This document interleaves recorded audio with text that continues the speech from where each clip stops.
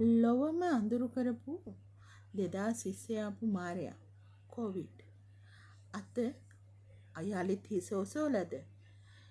ඉතින් අපි අද කතා කරන්නේ ගැන. අපිව සබ්ස්ක්‍රයිබ් කරලා ෂෙයා කරලා ෆලෝ කරලා තියාගන්න. කොවිඩ් මුළු ලෝකෙම හොල්ලපු, මුළු ලෝකෙම තනි කරපු, නිවෙස් අතර හිර කරපු අපූර්ව පුද්ගලයෙක් තමයි කොවිඩ් කියන්නේ. ඇත්තටම පුද්ගලයෙක් නෙමෙයි, මේක වෛරසයක්.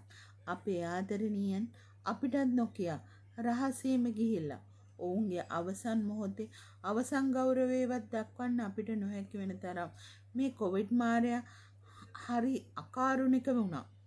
ඉතින් යලි මේ හිස ඔසරලා තියෙන කොවිඩ් මාරකය ගැන කතා කළොත් මේ වෙනකොට ආසියාවේ රටවල් කිහිපයක සීක්‍රයෙන් පැතිරෙමින් යනවා. වාසනාවකට වගේ මේ අපේ ලංකාදරණි තලයට තාම මෙහි අනතුරක් නෑලු. හැබැයි අපි එහෙම කියලා අපි අතැරලා ඉන්න ඕනේද? කොවිඩ් කාලේ අපිට හරි අපූර්ව පුරුදු තිබුණා. අපි මුව ආවරණ පැළඳුවා, දෑත් සේදුවා, මීටරයක් දුරින් කතා කළා. මේ පුරුදු ක්‍රමෙන් අපේ වියකිලා ගියා.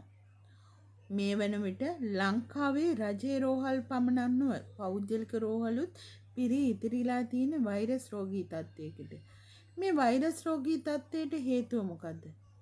අපි නිසි ආකාරව සෞඛ්‍ය උපදෙස් නොපළපෙදීම.